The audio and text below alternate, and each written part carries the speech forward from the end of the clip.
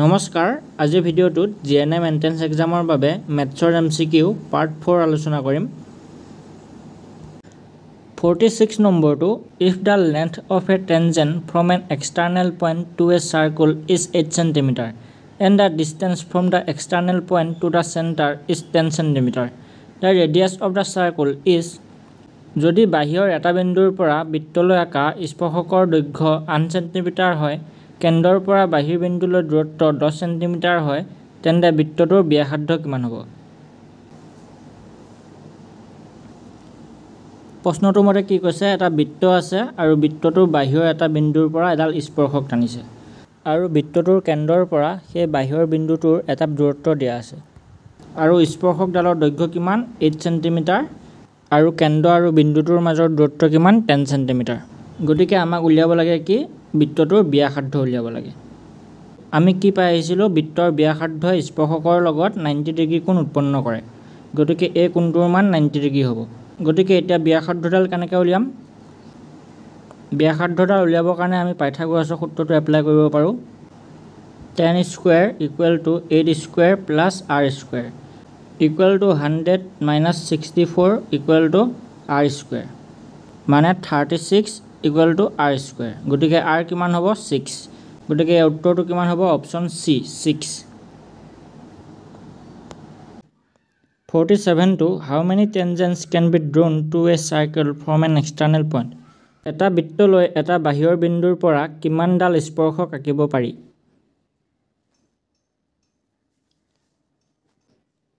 ইয়াৰ উত্তৰটো হ'ব option B দুডাল ইয়াৰ পিছৰটো The tangent to a circle is always just to the radius at the point of contact.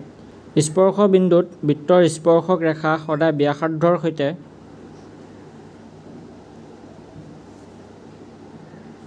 ইয়াৰ উত্তৰটো হ'ব option B perpendicular বা লম্ব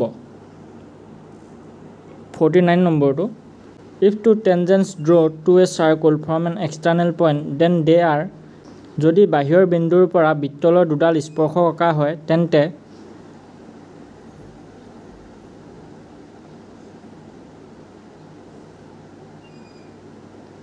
ইয়াৰ উত্তৰটো হ'ব option B equal in length স্পৰ্শককেইডালৰ দৈৰ্ঘ্য সমান হ'ব 50 নম্বৰটো The area of a circle with radius 7 cm is 7 cm ব্যাসাৰ্ধৰ বৃত্তৰ ক্ষেত্ৰফল কিমান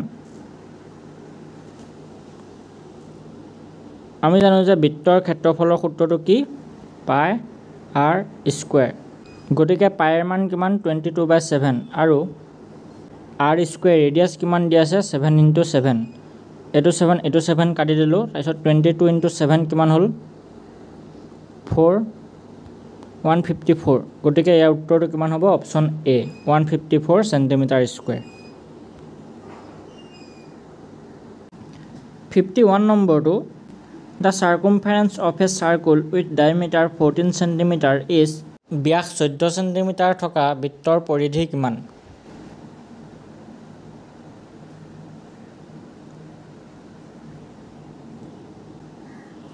আমি জানো যে বৃত্তৰ পৰিধি কিমান টুৱাইস পাই r যেহেতু ইয়াত ব্যাসাৰ্ধ দিয়া আছে গতিকে এটো কিমান হ'বগৈ টুৱাইস পাই d/2 ইয়াত 2 কাটা গ'ল মানে কিমান হ'ল পাই * d পাই মান আমি কিমান জানো 22/7 ইনটু d ইয়াত দিয়া আছে 14 গতিকে 7 এ 14ক দুবা গ'ল 22 * 2 44 গতিকে ইয়াৰ উত্তৰটো কিমান হ'ব অপচন এ 44 ইয়াৰ পিছৰ প্ৰশ্নটো The length of an arc of a section with radius 5 cm and angle 72 degree is 5 cm ব্যাসাৰ্ধ আৰু 72 ডিগ্ৰী কোণ থকা এটা চাপৰ দৈৰ্ঘ্য কিমান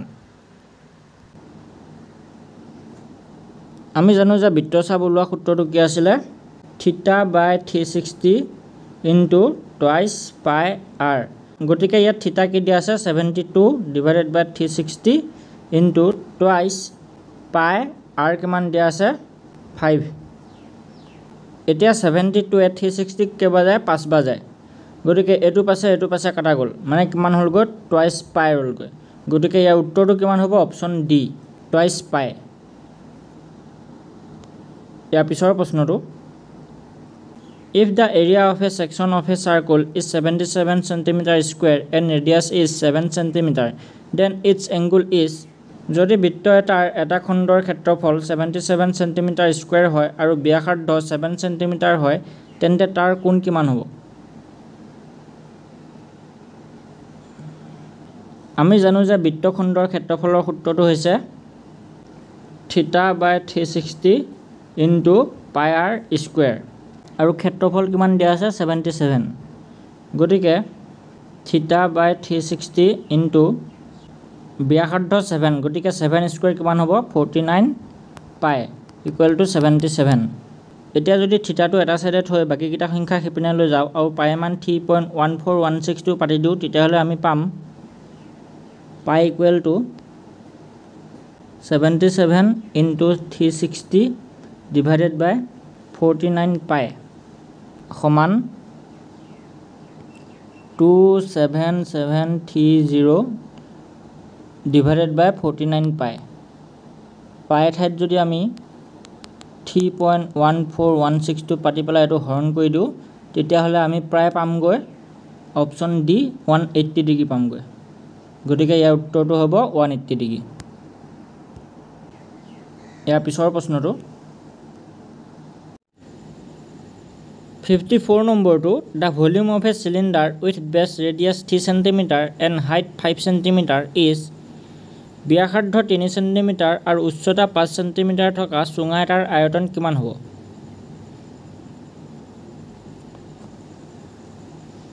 চুঙা আয়তন ওলোৱা সূত্ৰটো কি আছিল পাই r স্কয়াৰ h গতিকে আমি পাইৰ মান ধও 3.14 ইয়াত r কিমান আছে 3 স্কয়াৰ কিমান হ'ল 9 আৰু উচ্চতা কিমান দিয়া আছে 5 গতিকে কিমান হ'ল 3.14 * 45 যেতিয়া এটো পূৰণ কৰা হয় তেতিয়া প্ৰায় হৈ গৈ 141.3 cm কিউব গতিকে ইয়াৰ উত্তৰটো কি হ'ব অপচন এ ইয়াৰ পিছৰ প্ৰশ্নটো The surface area of a sphere with radius 7 cm is 7 cm ব্যাসাৰ্ধৰ গোলক এটাৰ পৃষ্ঠৰ ক্ষেত্ৰফল কিমান গোলকৰ ক্ষেত্ৰফল ওলোৱা সূত্ৰটো কি আছিল 4 পাই r স্কয়াৰ গতিকে 4 * পাইৰ মান আমি 22/7 ধৰো আৰু ব্যাসাৰ্ধ দিয়া আছে 7 * 7 গতিকে এটো 7 কাটা গল অৰ্থাৎ কিমান থাকিল গৈ 4 * 22 * 7 যেতিয়া এই পূৰণটো কৰিম তেতিয়া হ'ব গৈ আমাৰ 616 cm স্কয়াৰ গতিকে ইয়াৰ উত্তৰটো কি হ'ব অপচন বি ইয়াৰ পিছৰ প্ৰশ্নটো A cone and a cylinder have same base radius and height. Then the ratio of their volumes is একে ব্যাসাৰ্ধ আৰু উচ্চতা থকা শংকু আৰু চুঙা আয়তনৰ অনুপাত কিমান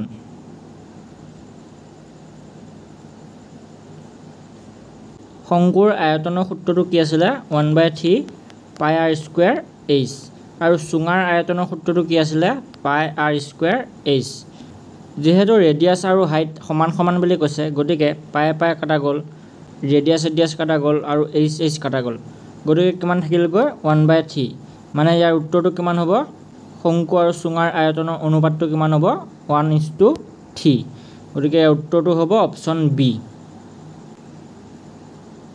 ইয়াৰ পিছৰ প্ৰশ্নটো The volume of a sphere of diameter 6 cm is 6 cm ব্যাসৰ গোলক এটাৰ আয়তন কিমান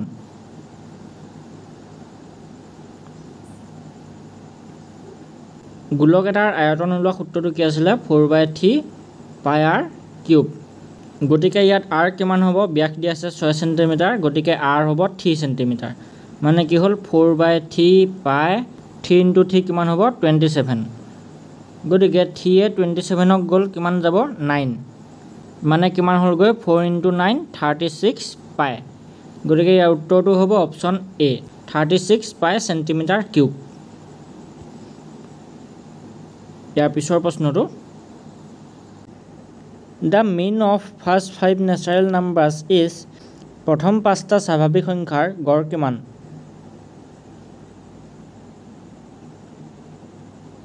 প্ৰশ্নটোত কি কৈছে 1 2 3 4 5 এই সংখ্যাকেইটাৰ গড় উলিয়াব দিছে।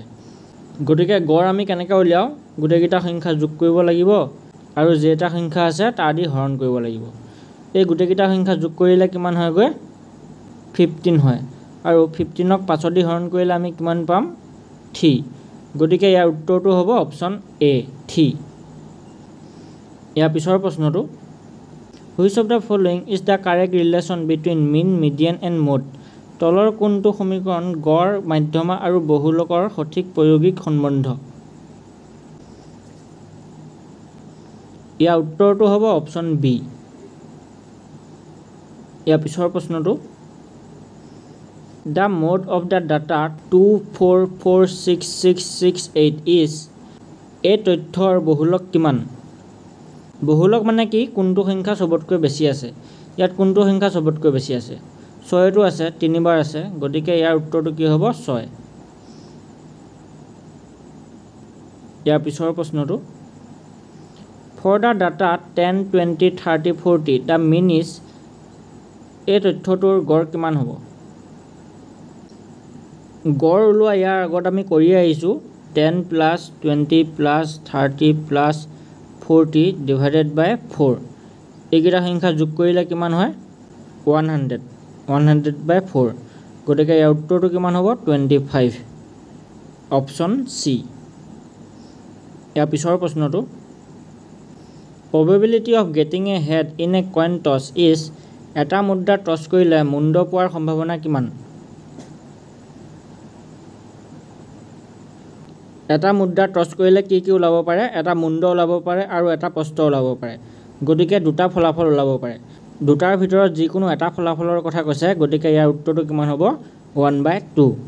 Option C. ইয়াৰ পিছৰ প্ৰশ্নটো, probability of getting A 5 when a die is thrown, এটা লুডু গুটিত 5 পোৱাৰ সম্ভাৱনা কিমান? লুডু গুটিত 6টা সংখ্যা থাকে আৰু 5 এটা থাকে। গতিকে 6টাৰ ভিতৰত এটা পাব লাগে। অৰ্থাৎ ইয়াৰ উত্তৰটো কি হ'ব? Option B. ইয়াৰ পিছৰ প্ৰশ্নটো, the probability of getting N even number when a die is thrown is, এটা লুডু গুটি পেলালে জোড় সংখ্যা পোৱাৰ সম্ভাৱনা কিমান? এটা লুডু গুটিত জোড় সংখ্যা কি কি থাকে? 2, 4 আৰু 6। যিহেতু মুঠ সংখ্যা কেইটা থাকে লুডু গুটিত? 6টা সংখ্যা থাকে। আৰু তাৰ পৰা এই 3টা পোৱাৰ সম্ভাৱনা কিমান? 3/6। এইটো সৰু কৰিলে কিমান হ'ব? 1/2। গতিকে ইয়াৰ উত্তৰটো হ'ব অপশ্যন এ 1/2। ইয়াৰ পিছৰটো, probability of getting a ace from a deck of 52 cards is, 52খন তাছপাতৰ পৰা এখন এক্কা পোৱাৰ সম্ভাৱনা কিমান? 52খন তাছপাতত এক্কা কেইখন থাকে? 4খন থাকে। গতিকে এইটো সৰু কৰিলে কিমান হ'ব? 1/13। গতিকে ইয়াৰ উত্তৰটো হ'ব অপশ্যন বি 1/13। আজিৰ ভিডিঅ'টো ইমানেই আছিলে। ভিডিঅ'টো চোৱাৰ বাবে ধন্যবাদ।